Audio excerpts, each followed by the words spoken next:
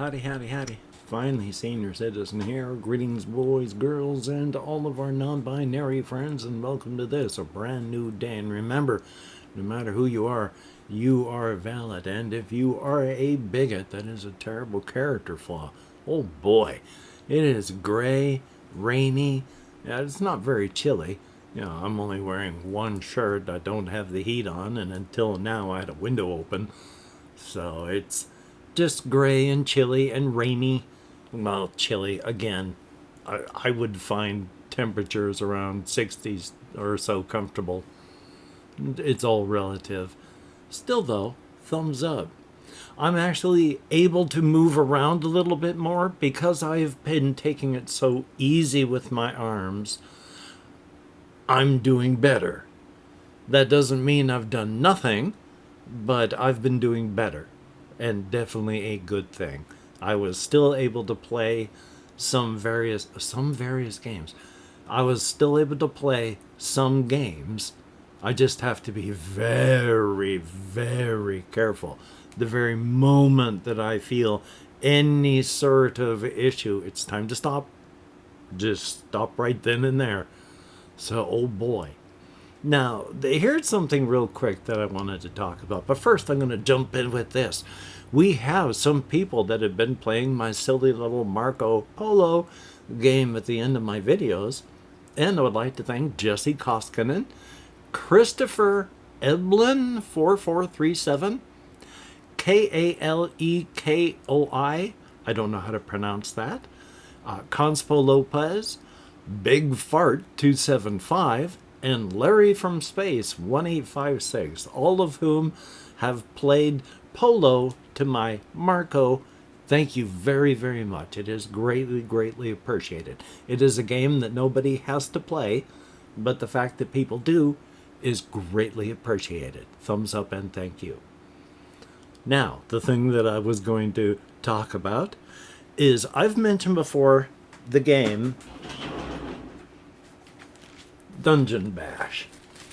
It's only 34 pages, and that includes cover the OGL from Wizards of the Coast for Dungeons and Dragons, and various things like that. So it's not a huge amount of rules that are for the game. And sadly, it's one of those tossed out and then forgotten about things because it came out in 2005, 2006. But just because it's 20 years old doesn't mean it's necessarily bad. And in fact, I've been taking a look at it, and it's kind of cool. Now, it's amazing that short document. What I have here is a whole bunch of printouts that they make for it. These are the easy ones. You know, it's a list of the spell reference sheets and small encounter tables and turn trackers and such like that. Doesn't look that bad.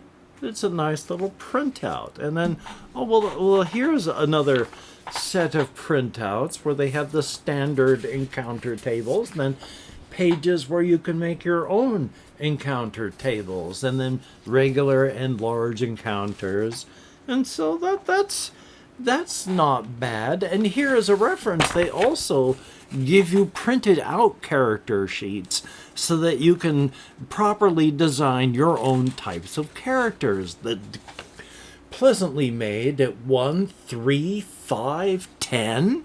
That's a nice bit of reference. That's a good thing to have. And here, there's all of these treasure tables that you have, along with a basic dungeon generator. And then there's a large, advanced, several-page dungeon generator. And you're starting to get a lot of pages together, and that doesn't include these. Now, this huge stack of papers is... Here's a front page that lists all the various monsters and their CR, which I imagine is like combat rating. And so they're all listed. And then the first half of this, 75 pages or so, is just all the monster stat blocks in alphabetical order. The second half of it is just the same information again, just listed in alphabetical order in combat rating order. So you get the 1/2 combat rating characters all in one area in alphabetical order, and then all the combat rating 1 characters in alphabetical order. They have a lot of reference material. I'm actually feeling pretty eager for playing this because even more, I mean, not because, but they have included printouts for floor sheets, like floor maps, and then printouts for spell effects that you can place down on your square grids, so that when there's a cone effect, you know where the cone goes. So yeah, I'd like to try it. Hopefully I'll be able to push through the executive dysfunction and such and actually be able to do that. Thumbs up. But I just wanted to kind of do a quick info dump on it because I was just amazed at how much paper comes with the game but not a part of the rules for the game. Thumbs up. I do have some other things here that I wanted to talk about. Not a whole lot of stuff, but I've got the game Monster Hunter World. I can't remember when exactly I picked it up. It couldn't have been at full price, but I know it's older for me. And I mean, since they're on Monster Hunter Rise, I mean, it's older for the world now. But I was taking a look at it on Steam just to see first how big it was. Almost 100 gigabytes. So, I got barely any space on my hard drive. So, I'm not going to immediately do it, but the first thing I do when I call up a page is to check out the DLC. And oh my God. Hundreds of DLC. Almost $600 worth. And I'm like, oh, this is a terrible, terrible thing. Because you can get them like any game that uses a Games Workshop license. Like Warhammer 40K, or like they've renamed it to like Warhammer Age of Sigmar for the fantasy stuff. But it's going to be just microtransaction to hell. The Total War game, Total War Warhammer, has a base game that's this big. And it's kind of fun, a little, until you buy all the DLC that adds the things that make it good to play. Armies. So I was expecting that. But as it turns out, all but one of them is actually just cosmetic. And as much as I hate cosmetics, the right kind of cosmetic. The kind of cosmetic that doesn't affect actual gameplay. It's like you can buy a decoration to put into your room. Decorate your room. Yeah, I think it's terrible that they charge you for these things. But it's not game affecting. There's one thing on the list that's $40. But it effectively doubles the game content. As much as I don't like that kind of thing, that's not bad. I can play the game and not have to worry that they took so much out of it. because they didn't. There are so many games that come out, even now, in 2024, 2025, where I'm reading up on them. And the DLC includes things like, oh, now you can do diplomacy. It's a strategy game between nations, and they didn't include diplomacy so that they could sell it to you. How can you play a strategy game without diplomacy?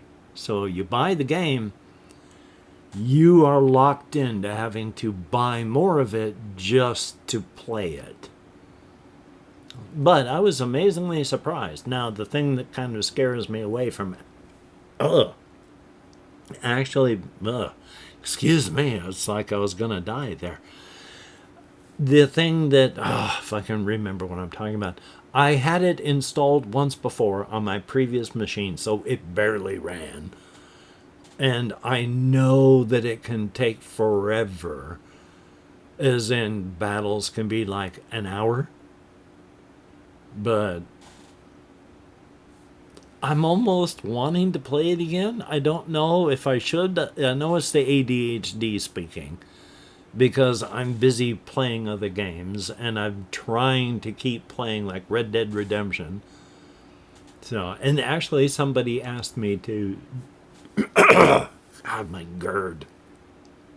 I'm so sorry. Gastric reflux. My throat is getting really sore because stomach acid's coming up. Yeah. And it's not an age thing either.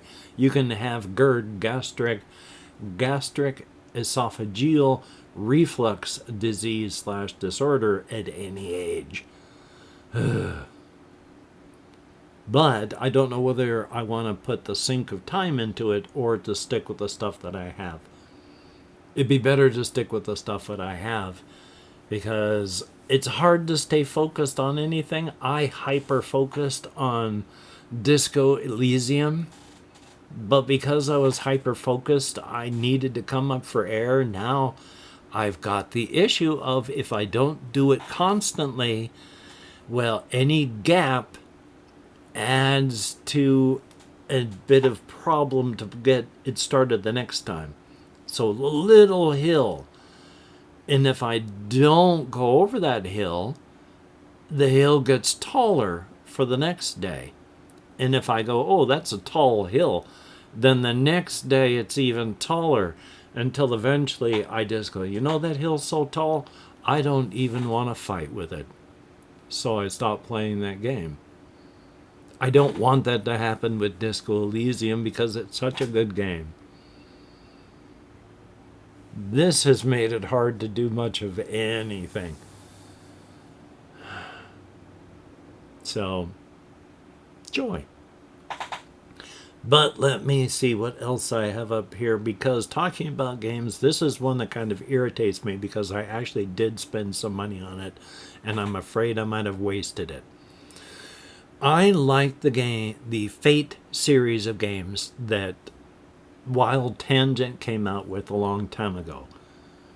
And there's Fate and the Traitor. I know Traitor Soul is number 3. Curse King is number 4. Undiscovered Kingdom is number 2. The thing is, buy number 3 if you're going to get into this series, and I think you should, because number 3 includes games 1 and 2.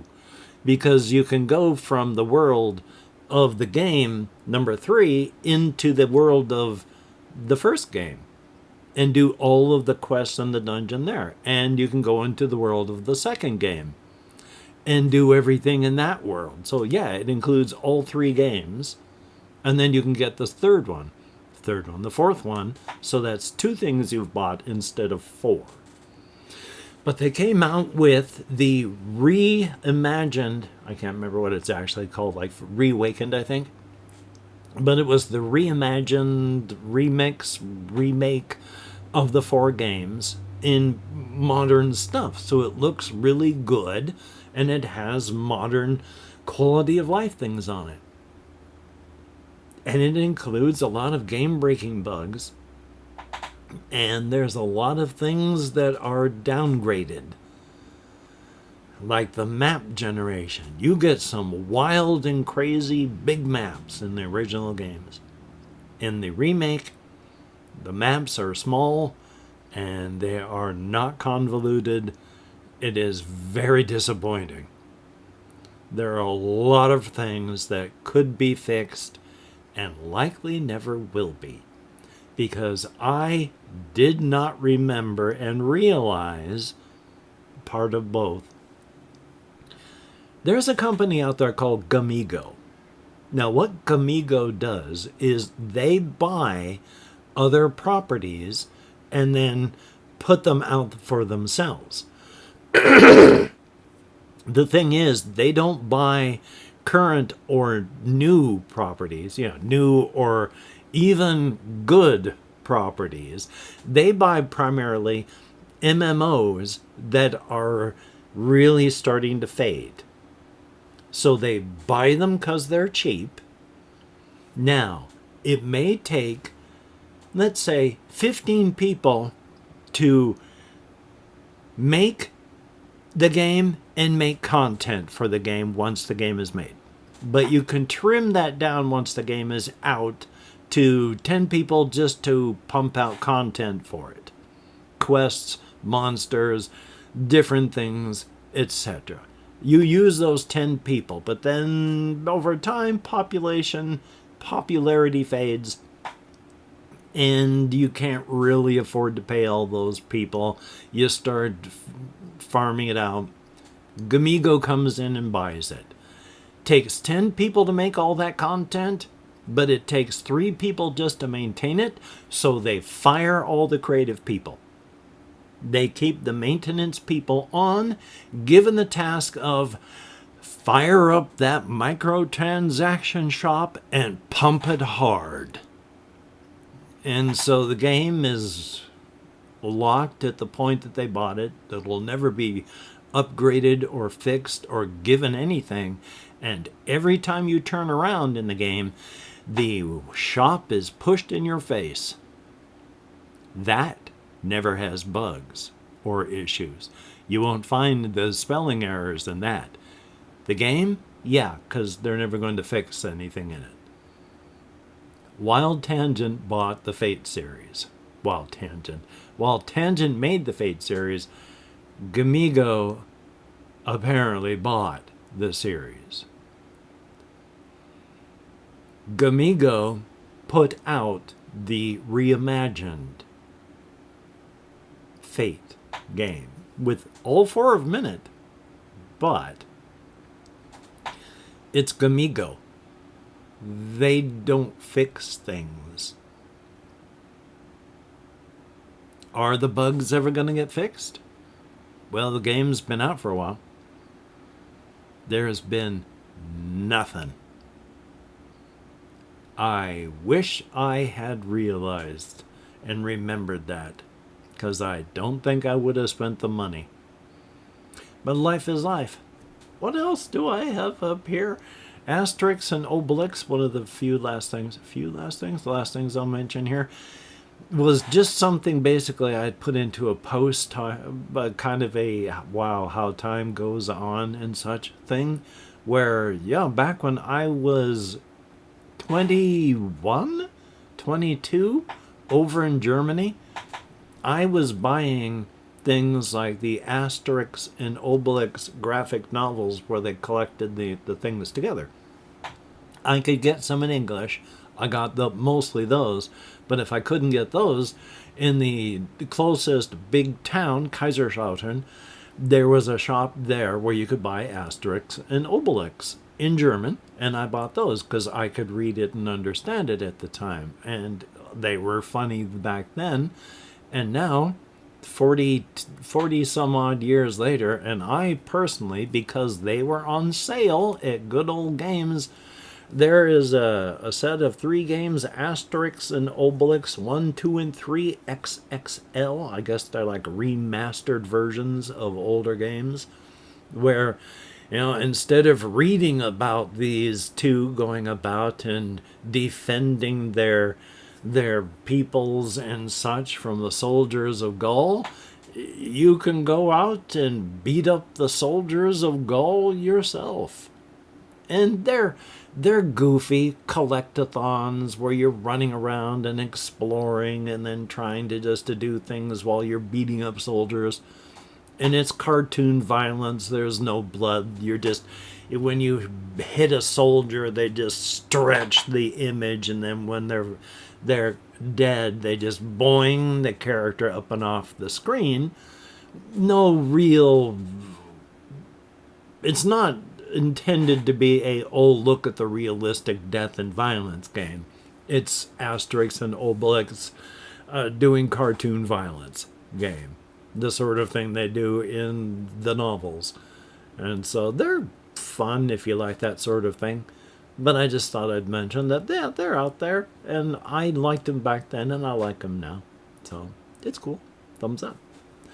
Anything else up there?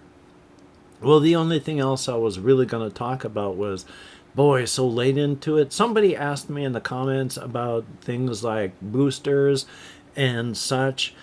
And if there were other objects and such that could have different types of effects and what effects they would have. And I haven't talked a whole lot about them, but there are beings that in the cryptid world and also in the inside-outside razor's edge part, but it's a different type. In the cryptid world, there are people that are artisans.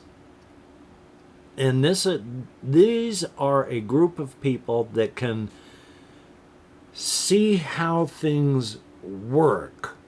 They understand the forces of reality, but understanding and seeing these forces makes it much more difficult for you to interact with people of the world. And these are the individuals that can make these focuses. And it's just a gathering of the energies that are twisted into a configuration that affects individuals and peoples with extra universal energies in that pattern, locked into a focus in an object. And because they can see these forces and be able to twist them and put them into things, again, that makes it hard just to understand how people work, because we're not easy to understand that way. They need like interpreters. The stronger they get in their abilities to make focuses.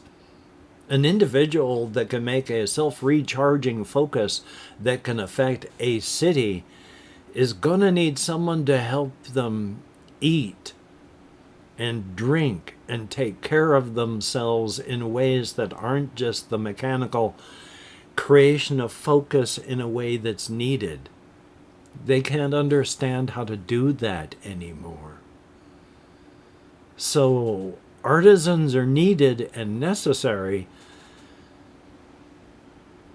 but it can be kind of a really bad thing. Not exactly a death sentence, but it isn't exactly a signifier you're going to have a great life. But yeah, these are the ones that'll make the boosters that can boost you up, and the dampers and cloakers that can bring you down. There's things like looky-loo that'll attract attention. And then there's the lookaways that you can't focus your attention on them or where they are because they push your attention away. There's all sorts of little things like that, and some of them being permanent and some of them not. They affect others in ways. And yes, there's the character of Kay, who, because she was given a booster that bumped her up, her cryptid presence from below 50 to over 50 in gamified terms, so that she could interact with the cryptid world, and it affected her permanently. She stayed in the activated state once the booster had died down and she didn't realize that it wasn't working. She wore it for like 2 weeks. They only last a couple days. But she was still interacting with the cryptid world. It can happen. It's not exactly rare, but neither is it so common. People have heard of it. You don't often meet these people though. And Kay is one of them, where she's now a part of the cryptid world without having to be a failed cryptid. She doesn't have that genetic flaw. It just, this boosted up her cryptid presence. It activated her cryptid senses. And now she's a permanent part of the world. It doesn't bother her, because once you have your third eye open, you really no longer have any meaningful interactions with the non-cryptid world. She was already, what is the word? It's what I've done, where you've stepped back, you've become uninvolved with things. She had already done that and was on her way to becoming homeless, and now she's part of the cryptid world, which, again, she doesn't mind. And her friend and lover, Nis, is very glad that she gave her the booster, because homeless people are amongst the first to be eaten by hungry cryptids in any population gathering. So becoming homeless can be a death sentence. And Nis didn't want that for Kay. So thumbs up. Boy, my GERD is going to kill me. So, call to action. If you could like, comment, share, subscribe, that'd be very cool. If you are a Patreon patron, that GERD is wonderful. If you're a Patreon patron, thumbs up and thank you so very much. You are beautiful and awesome in every way. Mentally, emotionally, there we go. Physically, spiritually. Thumbs up and thank you. And if you've left me a comment in the past, well, whenever, if you've ever left me a comment, it is greatly appreciated. I read as many as they are shown to me. I thumbs up as many as I can, and I answer as many as this lets me. So, thumbs up, thank you very much. And of course, if you've watched to the very end, can I get hold of this in time? If you could write dungeon into the comments to let me and the YouTube algorithm know that people actually watch it. And yeah, people actually watch the videos, both me and the YouTube algorithm. And I went and distracted myself and ADHD brained myself out of remembering what I was going to say. But so if you could write dungeon in the comments, that would be awesome. Greatly appreciated. Thumbs up and thank you for playing my Marco Polo game if you do so. Thumbs up. So, until we meet again. Well, no, I also say I'm going to take care of myself. I'm going to do the best I can. And you do the same and then try to do the best you can. And if you fail in any fashion at doing whatever you would like to do, do not beat yourself up. That will not help you get it done better next time. And you deserve better. So now, until we meet again, you take care. Have a great day today. I will see you on the flip side. And that is indeed a very, let's be careful. A very, very good thing. I have to move or I'm going to lose function. But oh boy. Anyway, you take care. And you keep moving or you will lose function as well. It's not just me, it's everybody.